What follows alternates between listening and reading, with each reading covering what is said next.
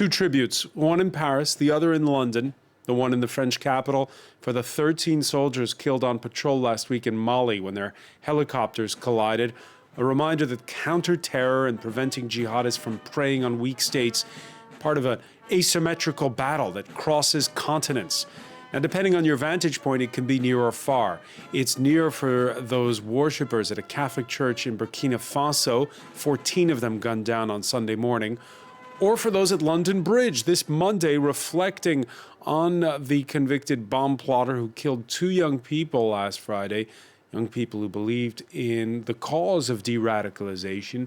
We'll ask what could have been done, what needs doing, and if we're getting any better at stopping that tiny but determined segment of the population that thinks it's okay to kill blindly in the name of whatever cause.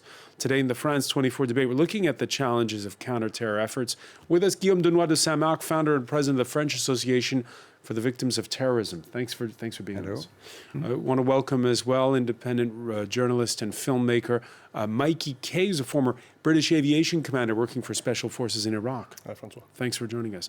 We'll be joined from Nottingham by Afzal Ashraf, who teaches at the University of Nottingham, and from The Hague, attorney Rebecca Mignot-Madavi, researcher in international law and counterterrorism at the Asser Institute. Thank you for being with us. Good evening. The France 24 debate on Facebook and Twitter, hashtag F24debate. The convoy made its way through the heart of Paris. 13 hearses for those 13 French soldiers en route to Les Invalides. Les Invalides is the National Armory for that state tribute. The French President Emmanuel Macron on hand. And in his remarks, the president said that they were fighting for France, they were fighting for West Africa, they were fighting for the world. That message seems to be getting across generally to the French public. Yeah, what we don't understand is why it's always France who's not always alone, but almost alone. And I'm speaking not about the Brits, but the other European countries, for example. And this is tearing us as victims, because we are also targeted as French, because we are fighting against jihad out of France. So it also makes us a target on top of being a European citizen. I think if you look at, it's very interesting being a Brit in Paris. I've been here for 3 years now, covering terrorism in Paris across Europe. I think what's really interesting when you look at Paris and France, and I get this question a lot, is why is France being targeted so severely? It's because it's got a history in North Africa, but it's also got the problem of people returning from Iraq and Syria. And so when you multiply those two significant issues, plus the fact that France has an extremely high Islamic population, of which a certain percentage of that is going to be open to be radicalized, and we can see why France does have an issue. We can't ignore, the Brits can't ignore, and the Americans can't ignore what foreign policy consequences there are from 30, 40 years ago, because they're coming home to roost. So there's this coalition to fight ISIS that's main focus is the Middle East inside of NATO. Are you saying that there should be one as well for West Africa? There should be something. We tried anyway. We tried because we're on the eve of a NATO summit, and so this is going to come up. Anyway, I'm not looking for war. I'm a peacemaker. I try to be a peacemaker, but we have to defend ourselves, and it's not fair that France is rather alone as European country to defend Europe in North Africa. There should be a more powerful coalition. We are working, I'm not from the French government, but I can see that the French forces are together with some African forces, but they're not enough. There should be more support from everyone, because the threat comes from different countries. It comes from France itself. It comes from Middle East, but also from North Africa. And North Africa, there's something that should have been done in North Africa. Sorry for my English. As the so-called caliphate lost space, people were saying, oh, the Western fighters, they're going to be returning to France. Is it the case instead that they're going to West Africa? We don't know where they're going to go. But North Africa should be a good place for them, because they try to rebuild the caliphate anywhere. We've been talking about this for for people that have been either correspondents or military analysts or experts, we've been talking about this conversation for a long, long time in terms of what happens when the caliphate is eventually degraded to a point where they no longer hold territory. And that's what we see now. And that's why people are talking about ISIS 2.0, ISIS 3.0. And I know we're going to come on to that. But the conversation on what happens to those that have been incarcerated who do have jihadist backgrounds, once they get incarcerated by the Syrian Democratic Forces, what happens then? What are the policies in place by the United States, by the countries around Europe, that addresses the issue of citizenship, of bringing them back in for trial inside the country, whether they're a dual national or a single national, because then you've got the international community's view on taking away naturalization and all the rest of it. So, these problems still haven't, these questions still haven't been really addressed. And as you can see right now, after the Syrian Democratic Forces effectively imploded, when Donald Trump decided to pull out the US forces, there was this big question on where do they go? And even in the UK, there is still no policy to accept them or not. Do you think it's changing, Rebecca Mignot-Madavi? So I would like to intervene to just make a call for caution. We have already been talking only for 2 minutes, and already we have mixed the two situations. The one that is concerning what happens when there is a terrorist attack on Western territories, and involvement on foreign territories, be it in the Middle East and in the Sahel. I think we should be extremely cautious with the idea that getting involved on foreign territories will allow us to tackle domestic terrorist threats. There is no direct causality link between what happens extraterritorially in the presence of organized armed groups and combatants, and on the other hand, individual criminal acts that are taking place domestically. I think that the way we frame the discussion is extremely important, because framing the situation as a transnational war against a jihadist network participates in building the expectation, including from the general population, that we stop applying our rules in a regular and a normal way to offenders domestically as well. So I just want to distinguish these. All right, let me put Rebecca, let me put the question to you. The French army, as you say, when you look at the Sahel region, which is vast, on a mission to stop not one but several insurgencies, alliances that overlap. It's not like in Syria and Iraq. You're correct on that. And we saw, with the attack that happened in Burkina Faso on Sunday, it's people on motorbikes who go in, shoot, and then disappear into thin air.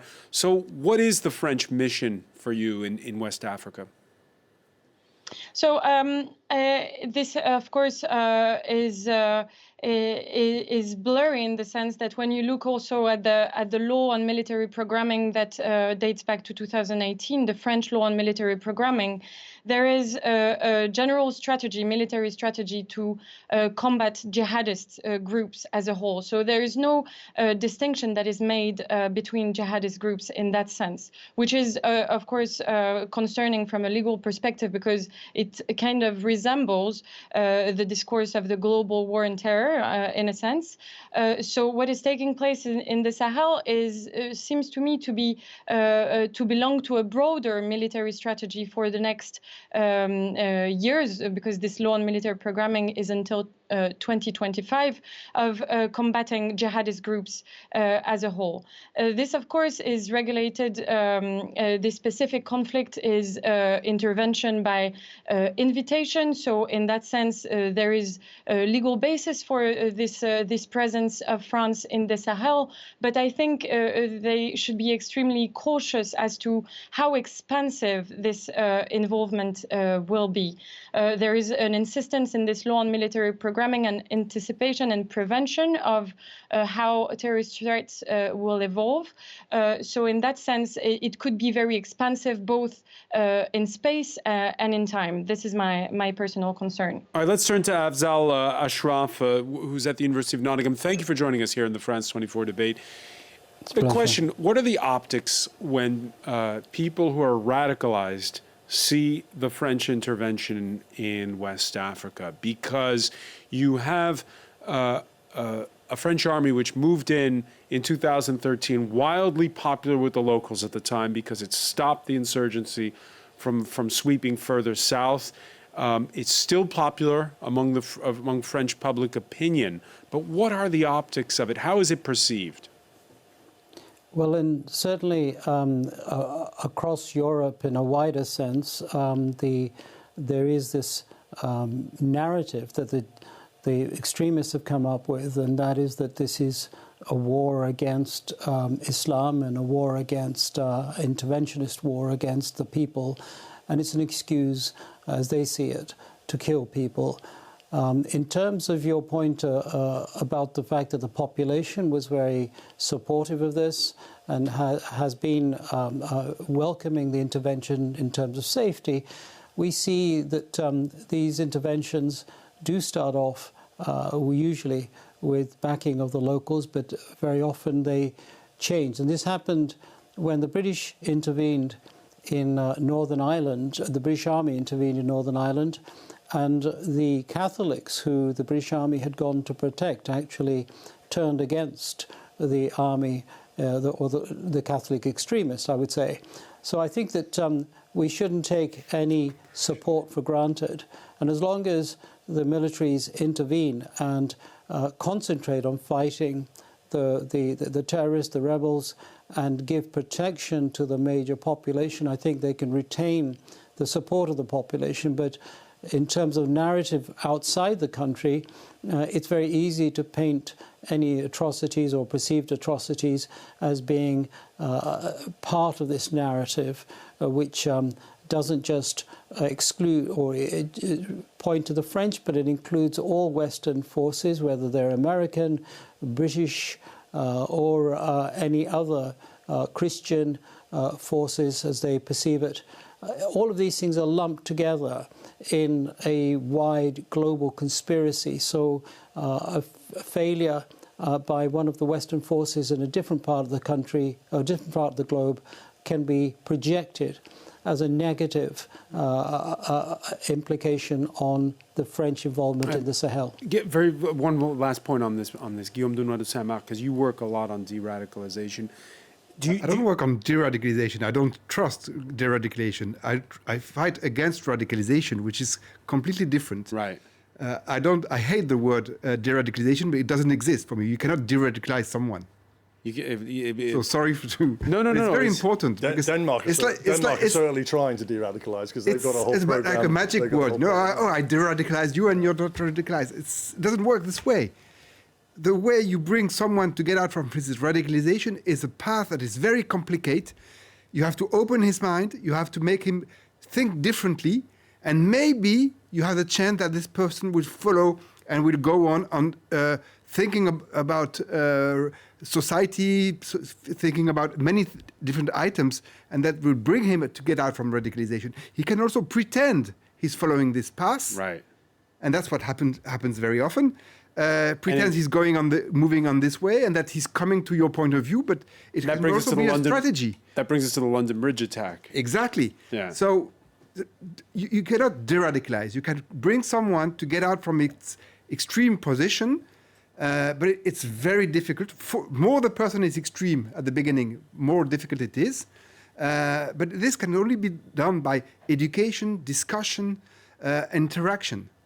And it brings a lot of energy to do that. We do it in prison, we do it in schools. It's very complicated. It requires a lot of money too. And it costs a lot of money and efforts. And I think when you come... And no guarantee of success. Yeah, when you come round to the nub of the question on the loophole within the extended sentencing for public protection, EPP, which is what it was called, and why that actually turned into an automatic release from a release that required a parole board. So it was implemented in 2005 in the UK. 2008, the Labour government, and I'm not Labour or Conservative, but the Labour government were in power when that law changed in 2008 for an extended sentence, which took it from being a parole board requirement to assess whether someone was safe to go back on the streets, whether you call it de-radicalized, whether you call it desensitized, whatever you want to call it. But then that law changed. And that law changed in 2008 as an automatic release because there wasn't enough room in prisons. There was a lot of people being put on the IPP system. People were spending much more time in prison than were required to by their sentences. And so there was no room. And so that is why it was desensitized, if you like, in terms of the requirements to get out. And I think that's a huge part of this as well when you're coming to terrorism offences. Yeah, terrorism offences. The BBC in 2008 interviewed the London attacker. It was when he was a teenager. His home had been raided by anti-terror police at the time. I've been born and bred in England, in Stoke-on-Trent and Cobridge, and the older community knows me, and they will know, if you ask them, they will know, like these labels what they're putting on, like terrorist, this, that, they will know, I know terrorist. Not a terrorist, but then, of course, he's 2 years later arrested, then convicted for a bomb plot. Well, actually, there's more nuance than that, Francois. He was arrested because he was raising funds for a madrasa in Kashmir to help radicalize people. Conversations then existed between the Stoke-on-Trent people, and there was a group in London, and the London group were actually planning on bombing the London Stock Exchange. And so it was through that conversation network of how do you make pipe bombs, etc., that he became sentenced. It's much more nuanced than a bomb plot. It's easy for a 30-second soundbite on news, but it's more nuanced than that. It's more nuanced than that, but he is arrested. He does go to jail. And at this point, and it's the question we've asked before, is prison a good thing or a bad thing in this instance? Does it just turn you into a more hardened jihadist? Well, what I'll say, and I'll pass on to the kind gentleman over here, but what I'll say right from my military experience, I'm a military man. I did 3 tours in Iraq. I flew the helicopters in onto the high-value targets that we're talking about in Iraq. Al-Sakawi Spider Network, after that, existed. And what's really important here is that Camp Booker, which was a US POW camp, was the major conference of 3 key individuals. Haji Bakr, who was the strategic mastermind of the Islamic State, al-Baghdadi, who was the leader that was targeted and killed not so long ago, and al-Sakawi. And that's where the discussions, that's where the strategy came, because of that prison environment, on what eventually played out from AQI to ISI and then into Syria. Just very briefly, because we have to go to the break. We are part of 80 investigations, and we are making part of very many trials about terrorism. And we try to defend the human rights. That means that, of course, some person where you don't have a lot of evidence can get out of prison after a few years, but it's very difficult to keep someone if you want to respect the human rights, and we want to the respect of the human rights. Otherwise, we become like the jihadists. We don't respect anything. How can you keep someone 10 years in prison if he's just sentenced for something which is not very important? We're going to pick up on this when we come back. It's a discussion that's going on in the middle of an election campaign in the UK. Stay with us. You're watching the France 24 debate.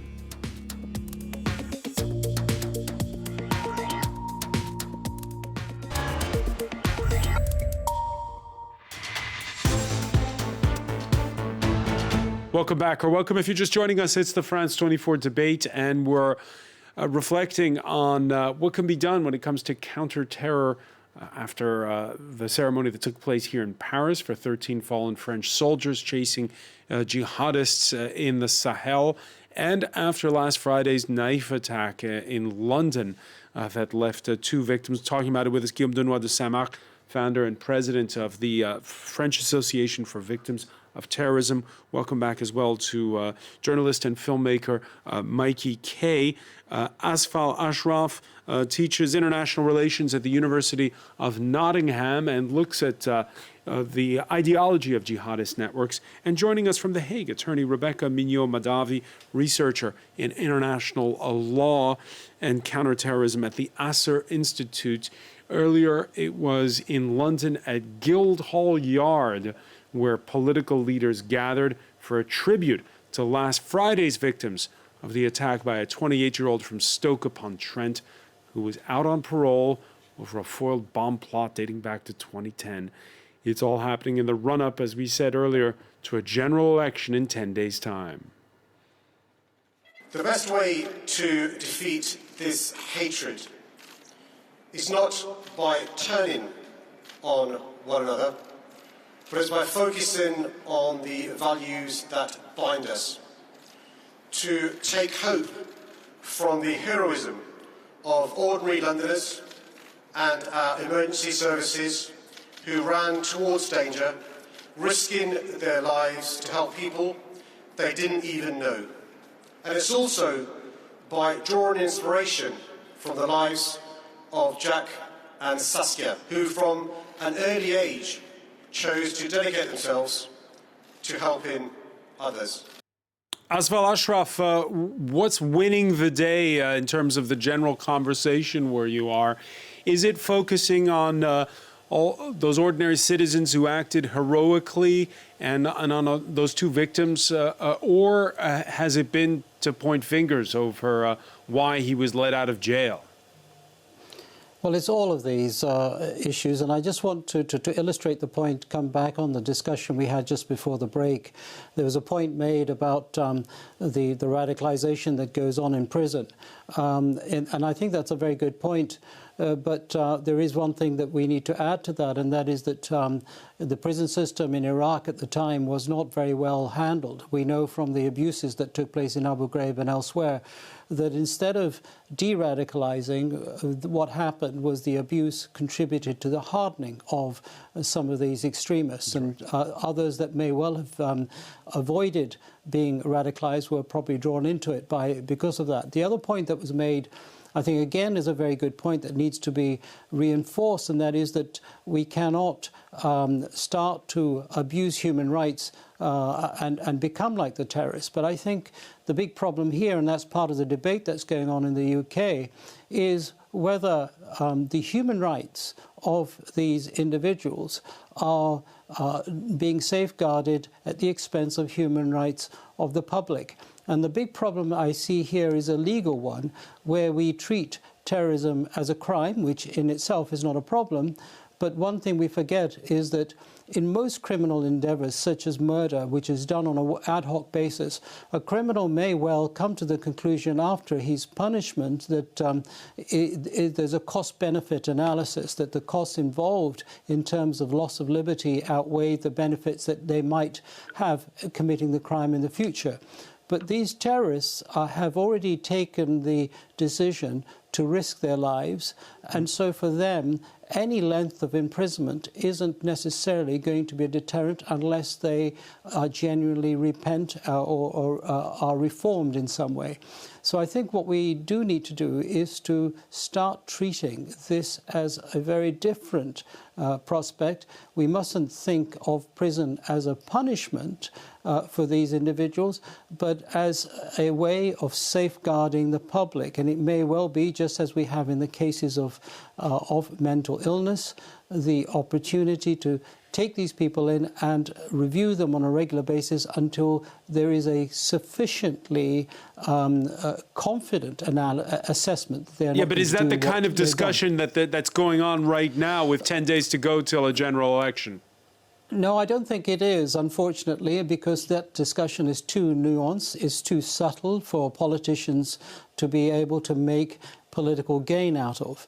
And I think it's a discussion that will have to take place after the election. What's happening, of course, is there is the usual exploitation, both in terms of parties outdoing each other in terms of sympathy for the victims, which, of course, is something that we all feel very strongly. Of course, praising those very brave individuals that had got involved and stopped this man from committing further atrocities and destroying further lives. But there is a discussion bubbling about who allowed, through their policies, these individuals to come out, and who will make the best policy amendments in the future to reduce the likelihood of this happening. But of course, that is all superficial, and I think what we will get once the investigation is complete and we have detailed knowledge of what went on, I hope what we will get is a persistent debate about how we can make sure that these sort of individuals, and there are a tiny minority of individuals in prison, can be stopped from committing the sort of crimes that this man has committed. Disagree on Francois. I think really important point to jump in on here on is just how effective the security forces were when we were targeting terrorists in Iraq and Afghanistan. One of the big conversations, and it'll be conversation with the Metropolitan Police, it'll be conversation with soldiers who are on these operations, namely SF or the soldiers in Mali, rules of engagement. And the rules of engagement that are that are ratified by lawyers are extremely important, and they're nuanced and they're very grey in some areas. And so if you're a security official, whether you're a policeman on London Bridge looking at a terrorist who appears to have a suicide vest on, right, and whether you pull the trigger, or whether you have 3 men on a motorbike in Afghanistan who are coming towards a vehicle checkpoint and you have your weapon raised, and do you pull the trigger? These are all extremely hard decisions for the security forces to make. And they got it right on Friday. I think they absolutely 100% got it right on Friday because the terrorist was wearing what appeared to be a suicide vest. So if there was a threat to public or infrastructure around that person, that was absolutely the right decision to make. Rebecca Mignot-Madavi, you agree? So I would like just to come back to your question on the what the criminal justice system can perform, and to respond to the frustration, to say the least, of the people understanding that this person was the London Bridge attacker was already convicted in the first place and perpetrated this act right now. Of course, I agree with my colleagues around the table that the criminal justice system is limited in what it can actually perform. Why is that? It's because the sanction responds to a specific act. It does not respond to the level of dangerousness of an individual, and therefore this sanction will be designed specifically to respond to this act. This is why I truly believe that the criminal justice system is not sufficient on its own to tackle terrorism from prevention until reintegration in that sense. And let's listen, if you will, Rebecca, to a couple of reactions. And central to it is this question of, Guillaume Dunois de Saint-Marc doesn't like this term, whether someone is de-radicalized or rehabilitated. Do you prefer rehabilitated? Rehabilitated. Rehabilitated. Let's listen to a couple of reactions, including the attacker's own solicitor. There needs to be some careful analysis, without criticism of anybody, of Usman's situation in the latter part of his custodial sentence and the way he was treated while he was on licence. They will have looked at the way in which he behaved, his apparent willingness to accept that the way he'd acted in the past not reasonable, and so on. So I think there are real difficulties involved in dealing with somebody who is as clever as he was at putting up this mask of good behaviour. It's impossible to know for sure. You can never know. Or you're very strong if you can know what the person is thinking. So is rehabilitation possible? You know, we grew up, we all remember the old Victor Hugo line, he who opens a school closes a prison. It's possible. Rehabilitation is possible. It's hopefully what we would like, but a person can hide, can lie, and pretend to be rehabilitated and not being it. So, yeah, it's very complicated. You cannot know exactly what's in a man's mind, and even the mind of the person can change. A person can really change his mind and come back to our society and change his mind again and go backwards.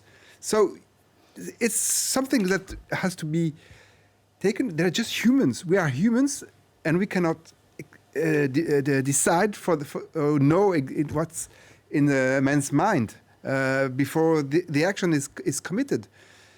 And that's all the difficulty about the work we have to do, is to see how we can give a hand to the person to bring the person to be rehabilitated.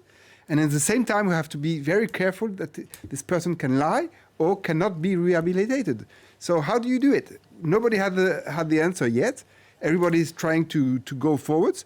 The only way is, on my point of view, is about having a deep discussion with these persons, trying to bring them to think differently, but it can be reversed very easily by someone else. I think what's really interesting, Francois, is I'm not sure who the second person was in that clip that you showed, who said that there would have been a conversation about how radicalised he still was or not. The parole board put out a tweet over the weekend saying that it did not have the conversation on Khan about his status when he was released automatically. You're saying it's a problem of austerity, in other words, that there's limited means and there's not enough due diligence being done. It's a holistic approach. It's a holistic approach, but fundamentally, investment in the right programs to conduct these assessments, there needs to be more of them, because the problem is, or appears to be, growing. And I don't think there was, or the information from the parole board who put out the tweet, they did not conduct that usual analysis on that individual. Again, Rebecca, I insist upon this, Rebecca Mignot-Madavi, we're in the run-up to a general election, and the answer of a lot of politicians is keep them in jail.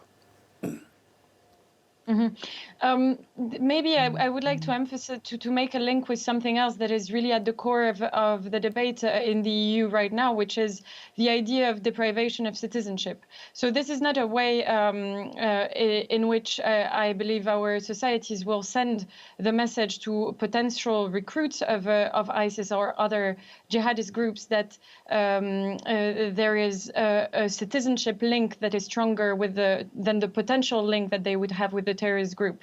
So I think my expertise is not to identify what's a potential rehabilitation system, but however, I think that there are things in the way we frame or in the way we respond to, for example, returning foreign fighters that can send some messages to prevent further radicalization or recruitment. In that sense, I think it's really important to have this discussion on deprivation of citizenship and how counterproductive it can be. We have done a lot of research at the Asylum Institute on that. But for the matter at hand, which is keep them in jail as long as possible, what's your answer on that? So again, I would reiterate what I said before, that the sanction has to be appropriate and proportionate to the act that has been committed and that is prosecuted. In that sense, it cannot be based on the dangerousness level of the individual that would be measured by some expert committee. So again, I would say that the criminal justice system is not sufficient in that regard and has to be followed by another type of system after the sanction has been served by the individual. Azar Vashaf, you're a university professor in a country where university professors have been on strike because of means that and pay which has not risen over the years. We're not in a perfect world where there's unlimited means and funds so that the criminal justice system can do a proper vetting of everybody. So where's the priority going to be? Well, I think that's a very good question, and I think that we should treat these two issues separately. One is what can we do to make the criminal justice system perform better, and the other is the issue of having an alternative system that is not reactive but is proactive and is risk-based. Now, in the criminal justice system as it currently exists, what we don't know is whether the reason the parole board wasn't involved is to do with resources or to do with failures of procedure. Now, it may be that it is a failure of procedure and we don't have a resource problem, but if we do have a resource problem, clearly it is something that needs to be addressed. And coming back to this issue of de-radicalization and so on, and the point's been made, I think, very effectively by one of the contributors, and that is that it is very difficult. You can never be 100% sure that an individual has been de-radicalized, but you can be much more clear about the fact that they haven't been de-radicalized. And similarly, you can not be sure when a person is telling the truth, but you can often be a little bit more sure when they're telling a lie. How so? The clip you showed earlier of this individual saying he wasn't a terrorist, there were at least two clues, which I'm not going to give you on air, for obvious reasons. There were two clues to me that were telling me clearly that this individual was lying. And those clues are only evident to people who spent a long time looking at terrorists, speaking to terrorists, and understanding this particular form of terrorist ideology, which I have done since 1998, over 20 years now. And so there are people who have the necessary expertise and knowledge to be able to say, yes, this person is definitely lying. We can't, with equal certainty, say that this person is telling the truth. So there are capabilities out there for the limited number of cases where decisions may have to be made about releasing individuals into society, but this particular individual was sentenced to 16 years and he was out within about half the time, which does seem to point to resources, and it is an area I hope after the election when the point scoring season is less prevalent and people are looking at this in a serious way. And I do believe people treat across both parties this sort of issue seriously. I hope we will get to the bottom of this and any extra resources will be allocated to this problem. Guillaume de Saint-Marc? To go on the same point, I totally agree that when we discuss with these persons in prison, we can know when they are lying, and we can highlight the ones that are lying and cheating. And this is very obvious. It's very you can see it very easily because we have deep discussion with them. Where there is a lot of interaction. There are psychologists also with That us. clip, by the way, was from 2008, so maybe he's got better at lying. It's possible too. But the point, I think one of the really important points here, isn't it, is because we live in this democracy, because we are, we live under the rule of law, which we're quite happy with.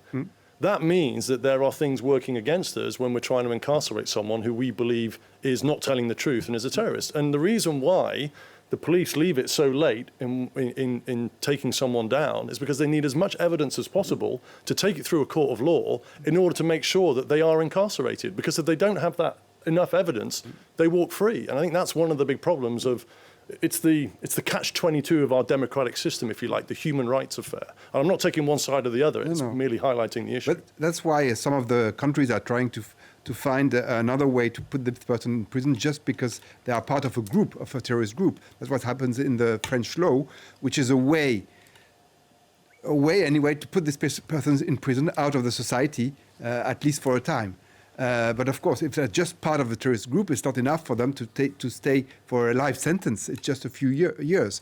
If we don't use these years to try to find a way to bring this person to be less dangerous after jail than before, then it's useless.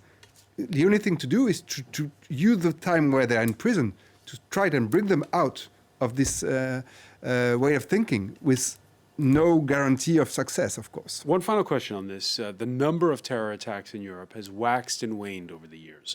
We can show you this graph, which was done by a West Point researcher from the Military Academy in the United States.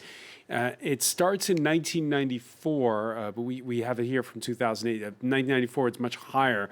That was at the tail end of the sectarian violence in Northern Ireland. These are attacks in Western Europe, not just by jihadis, by the way, but all attacks. The ones by jihadis are part of it, but they are most of them in the last couple of years. There are attacks by people from the far right. There are other groups as well. Guillaume de Saint-Marc, you've been coming on the show for several years now. Are we getting any better at counter-terror? All the persons who are expert in, I would say, the threat are rather pessimistic. As victims, we try to be optimistic and to say that, okay, it's the end of the problem and we're going to go over the jihadism at least. But we can see that other threats are coming, and extreme right, extreme left are also empowered by the jihadist threat, which is another problem. ISIS is not dead. So the jihadist problem is not solved, and the other extremists and can see all the societies are getting more and more nervous and putting bridges putting walls between the different communities and suspicion the other ones. That's why we try to bring all the victims from all over the world, victims of terrorism, to be together and to build bridges where some of our politics are trying to put us apart and playing the game of the terrorists, because the aim of the terrorists is to put down the society. Yeah. And that chart's really interesting. There's one thing that I will say, and I'll say it again, I'll say it again, I'll say it again. Terrorism has been around for hundreds and hundreds of years. Terrorism underpinned by globalization hasn't. Social media channels, the way that the world has been pulled closer together, the internet, the ability to weaponize social media. These things are new. When you look at that chart, it's a massively complex situation as to why that chart reads the way it does. I mean, the social media thing for me is huge. The ability of terrorists to talk on TamTam, which is the new information channel, or Telegram. These are all key components in spreading the propaganda message. And I think the propaganda message is huge when we're looking at those type of charts. Yeah, it's the attacks and how they publicize. And when the it. politics are doing are stupid and going even more in using the terrorism as a political way to fight against each other, then they're playing exactly the game. That's what the terrorists want. They want us to be divided instead of united. We're going to have to leave it there. Guillaume Dunod de Saint-Marc, I want to thank you. I want to thank Mikey Kay. I want to thank as well Asfar Ashraf for being with us from Nottingham.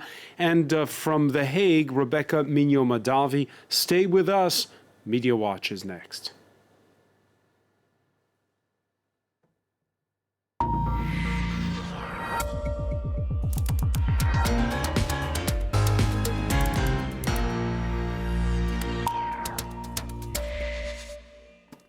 And we say hello to Emma James. Hi there. Yes, been looking at mourning very much on both sides of the channel today. The toll of terrorism certainly making itself very clear. 13 soldiers, French soldiers killed in action in Mali, part of Operation Barkhane. 4,500 soldiers currently out there. They range in age from 43 years of age down to just 22. All have been given posthumously the Légion d'honneur, France's top honour.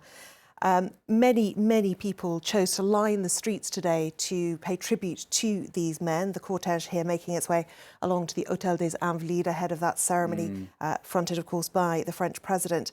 Many of the mourners had links with the military. They were either veterans or had family members who had served, but there were plenty who had nothing to do with the military whatsoever, just felt it was important to be there today to mark their sacrifice. 13 coffins in all, the largest loss of military life for France in one day for 36 years. The Huffington Post has this very simple headline on its front page at the moment: for the freedom of the world, part of the speech made by Emmanuel Macron. Le Monde also using his words in its headline: freedom often, alas, has the taste of bloodshed. The newspaper in this article calls it a disastrous image of France's commitment to the Sahel. And there are many people questioning whether Operation Barkhane is a success, whether it should continue. Emmanuel Macron himself has said there will be a review and all options remain on the table. 41 dead French soldiers since the operation began back in 2013. It's also worth noting that it hasn't yet stemmed the killing of civilians. In Mali and Burkina Faso alone, since January, 1,500 civilians have been killed. It's spiked. Absolutely, huge numbers. There has sadly been some controversy here in France.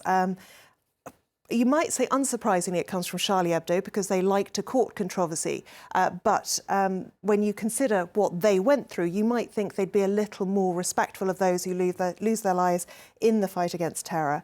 They've actually managed to get the army's chief of staff to be so angry he's taken to Twitter to say this, that he is profoundly, his profound indignation and incomprehension at the drawings that they chose to put in last week's copy of Charlie Hebdo. General Thierry Burkhardt said his thoughts with the families, and he's attached the cartoon which has a coffin laid out in front of the French president, along with the words, "I joined the ranks to stand out from the crowd."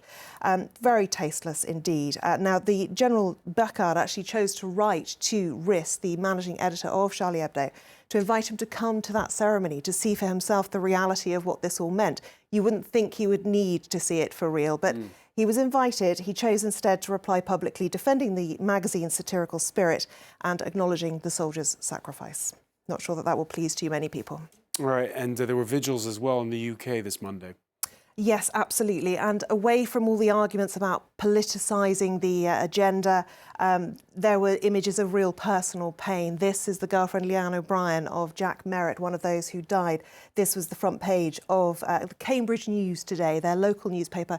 They tried to make the world a better place. And it does seem that we really have lost two of the very best. Now, Jack's father, David Merritt, has written a piece in The Guardian talking about how his son would have been livid that his death is being used to further an agenda of hate, saying that he would have wanted the focus to be on rehabilitation, not revenge.